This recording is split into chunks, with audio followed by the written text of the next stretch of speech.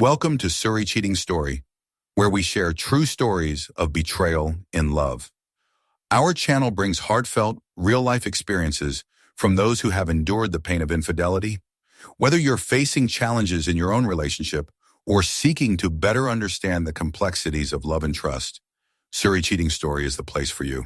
Subscribe now to explore the emotional depths in the path to healing with us. I never imagined I'd find myself in such a situation at 62. Life, after all, was supposed to be predictable by now.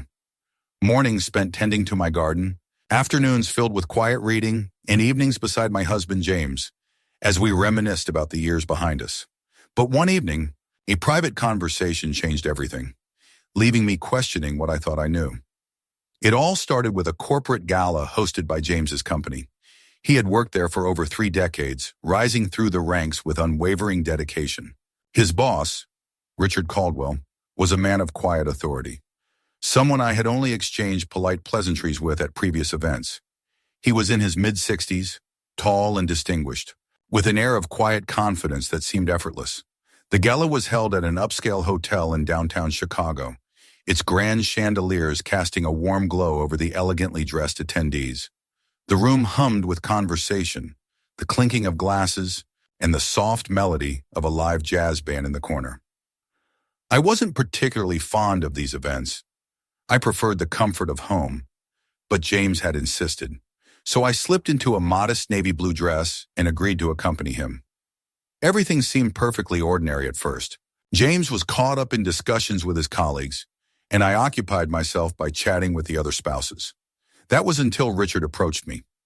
"Emma, may I have a moment?" he asked, his deep voice carrying over the din of the room. I hesitated for a moment. What could James's boss possibly want with me? But I smiled lightly and nodded, following him as he led me through a side corridor away from the main ballroom. The air was quieter here, the sounds of the gala fading behind us. He guided me to a private lounge, a cozy room with dim lighting, a fireplace, and leather armchairs. The tension in the air was subtle, but undeniable. I could feel my heart beating just a little faster as I took a seat across from him. "I hope I'm not pulling you away from anything important," he said, offering a small, almost nervous smile. "Not at all," I assured him, though I couldn't shake the curiosity bubbling inside me. "What's on your mind?" He sighed, rubbing his hands together as if searching for the right words. Then finally he spoke. "It's about James." At that I straightened in my chair, my stomach tightening. "Is something wrong?" He hesitated. "Not exactly, but there's something I think you should know." I could feel the weight of his words before he even said them. There was a seriousness in his expression that unsettled me, a quiet intensity that made my pulse quicken. "Emma," he continued, his voice gentle but firm, "I've known James for a long time. I've watched him build his career, support his colleagues, and take care of his family. And through it all, I've noticed something." I swallowed hard. "What is it?" He leaned forward slightly, his gaze locking onto mine. "He doesn't appreciate you the way he should." The words landed like a heavy stone in my chest. My breath caught, and I felt an immediate wave of defensiveness rise within me. I don't understand," I stammered. "James is a good husband. He's always been." Richard nodded. "I know he is. But tell me, Emma, when was the last time he truly saw you? Not just as his wife, but as the remarkable woman you are?" I opened my mouth to respond, but no words came. He continued, his voice softer now. "I've seen the way you look at him when he's too busy to notice. I've watched you stand in the background at events like these, while he loses himself in work. You give so much, but does he give back?"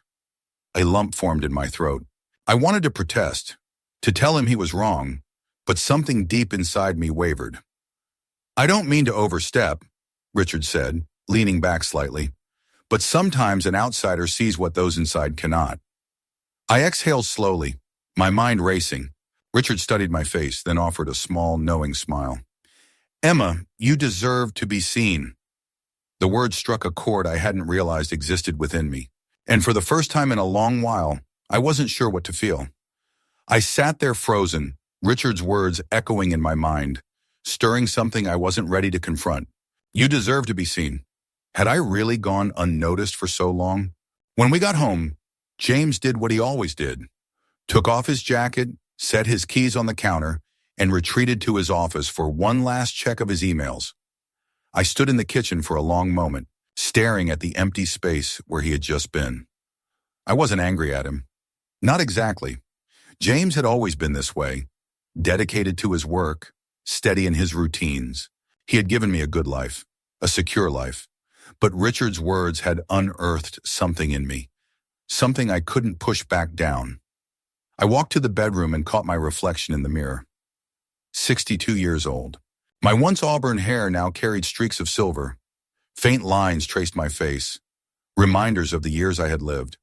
But my eyes, they were still the same. And in them, I saw something I hadn't noticed in a long time. Loneliness. I had always assumed this was just part of aging, the quiet fading into the background, this gradual slipping into routine. But now for the first time, I wondered, was it? The next morning as James left for work, he kissed me on the cheek and said, "I'll be home late. There's a big client meeting." I nodded, offering a small smile. "All right, be safe." And then he was gone. I stood in the doorway for a long moment before stepping back inside.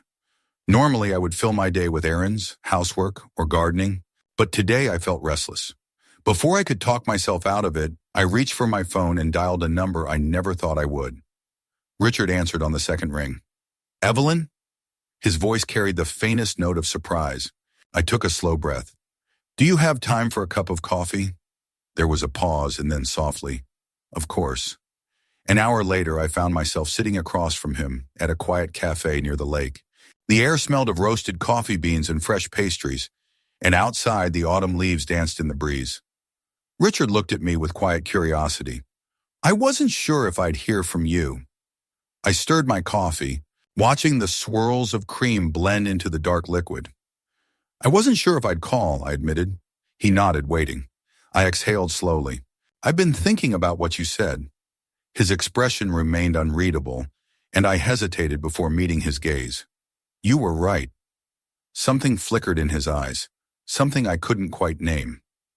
"Evelyn, I'm not saying I regret my life," I interrupted. "Gently," Richard said.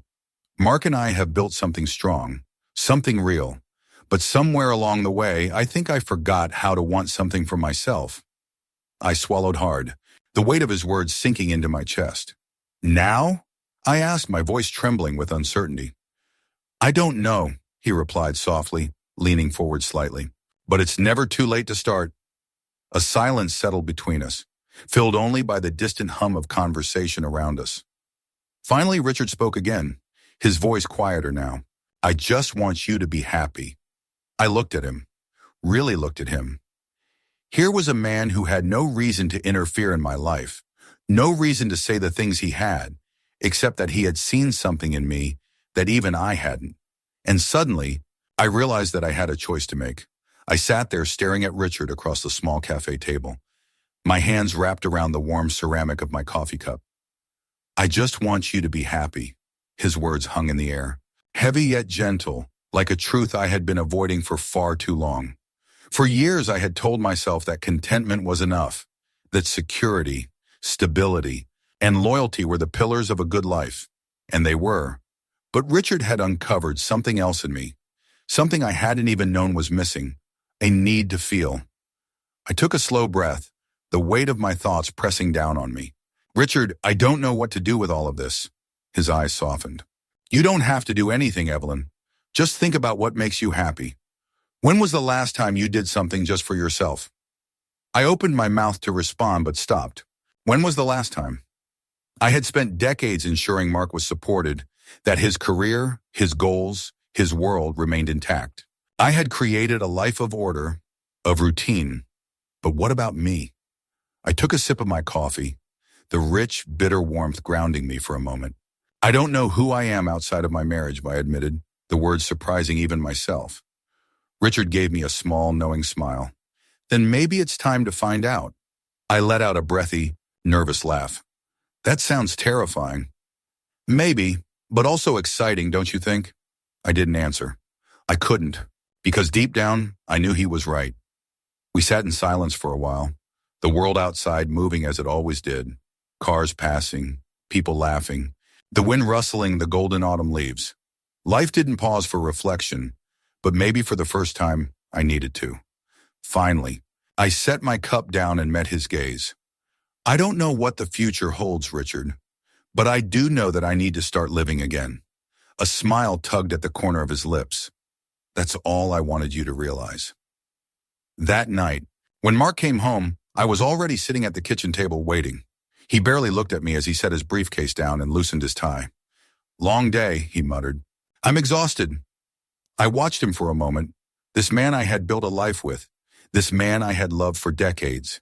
And yet, as he moved around the house, there was a distance between us.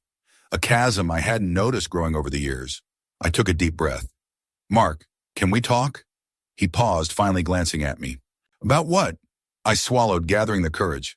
"About us." His brows furrowed slightly. "What about us?" I hesitated, then said the words that had been building inside me since last night. "I feel invisible." He blinked. "What?" "I feel like I've spent years being the wife who supports you, who keeps things running, who makes sure everything in our life stays steady. And I do love you, but somewhere along the way, I stopped being seen." He frowned, clearly caught off guard. "Evelyn, where's this coming from?" I shook my head. "It's been there for a long time.